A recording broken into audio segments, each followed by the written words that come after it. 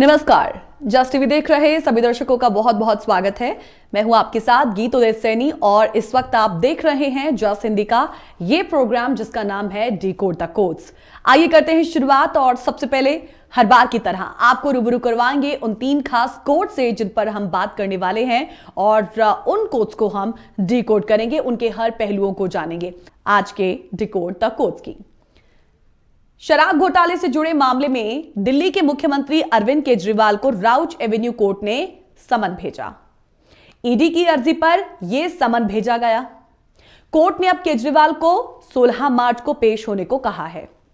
दिल्ली शराब घोटाला मामला जिसमें राउच एवेन्यू कोर्ट ने अपने एक लिखित आदेश में कहा कि ईडी के समन का पालन ना करने के कारण केजरीवाल को प्रामा फेशिया आईपीसी की धारा 174 का मामला बनता है। तो ऐसे में कोर्ट के पास इस बात के पर्याप्त आधार है कि वो केजरीवाल को समन जारी करे। ईडी के एप्लीकेशन पर कोर्ट ने केजरीवाल को 16 मार्च को पेश होने का समन भेजा है। अब इससे पहले ईडी सीएम केजरीवाल को 8 समन भेज चुकी है। वो इन समन को गैर कानूनी बताते रहे हैं। वो कहते हैं कि ये समन गैर कानूनी है, लेकिन फिर भी वो ईडी के सवालों के जवाब देने के लिए तैयार हैं। तो उन्होंने ईडी से 12 मार्च के बाद की कोई तारीख मांगी थी। केजरीवाल ने कहा था कि वो वीडियो कॉन्फ्रेंसिंग के जरिए सवालों के जवाब देंगे। दूसरी ओर केजरीवाल को बार बार ईडी की ओर से समन भेजने पर आम आदमी पार्टी ने सवाल उठाया कि आखिर ईडी जो है वो किस आधार पर यह समन भेज रही है। जब ईडी खुद इस मामले को लेकर कोर्ट गई है तो इंतजार क्यों नहीं कर सकती। ईडी सिर्फ अरविंद केजरीवाल को डराना चाहती है। अब देखिए 16 मार्च को उन्हें पेश होने के लिए कहा गया है। तो ये जो राउच एवेन्यू कोर्ट ने समन भेजा है, ये इस पर केजरीवाल का हाजिर होना क्यों जरूरी हो जाता है। अगर देखिए 16 मार्च को अरविंद केजरीवाल कोर्ट में जाएंगे तो सबसे पहले जमानत के लिए याचिका डालेंगे।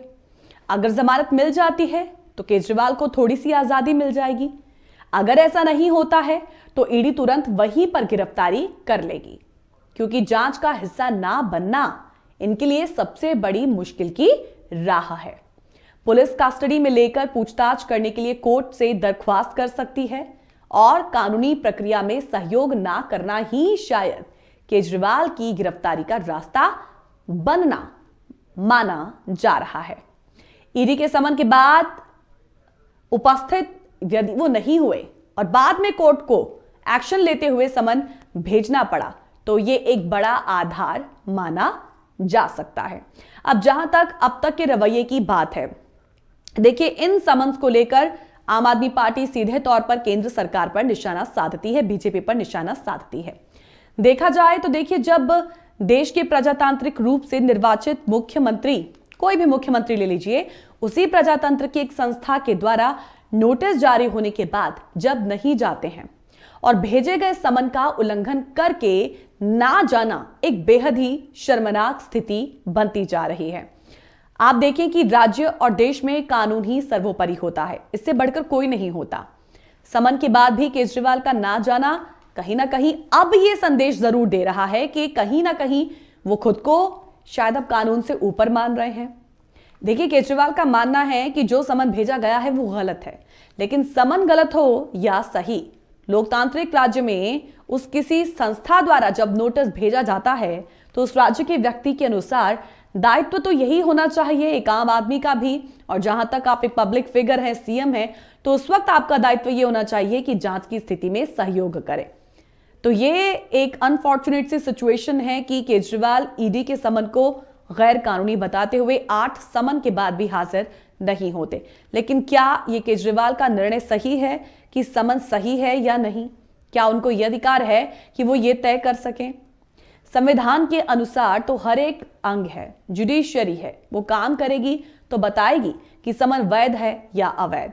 इससे पहले अभी तक देश में ऐसी परिस्थिति नहीं हुई कि किसी सरकारी संस्था ने समन भेजा हो और संबंधित व्यक्ति ने समन ना लिया हो। यह पहली बार है कि एक निर्वाचित मुख्यमंत्री संविधान का उल्लंघन कर रहे हैं। तो इसलिए कोर्ट का आदेश अब महत्वपूर्ण हो जाता है और कोर्ट का यह कहना है कि क्यों नहीं ईडी के समन लेकर जांच में सहयोग कर रहे हैं केजरीवाल। अगर कोई कानून से भाग रहा है तो यह कोर्ट का ही कर्तव्य हो जाता है कि वो संबंधित व्यक्ति को कानून की परिधि में लाकर और उससे कानून का पालन करवाए। फिलहाल 16 मार्च के दिन अरविंद केजरीवाल को पेश होना है और यहां पर पेश होना अब उनके लिए एक जी का जंजाल बनेगा। देखना होगा तमाम सवालों के जवाब इस मामले में अरविंद केजरीवाल किस तरह से आंसर देंगे।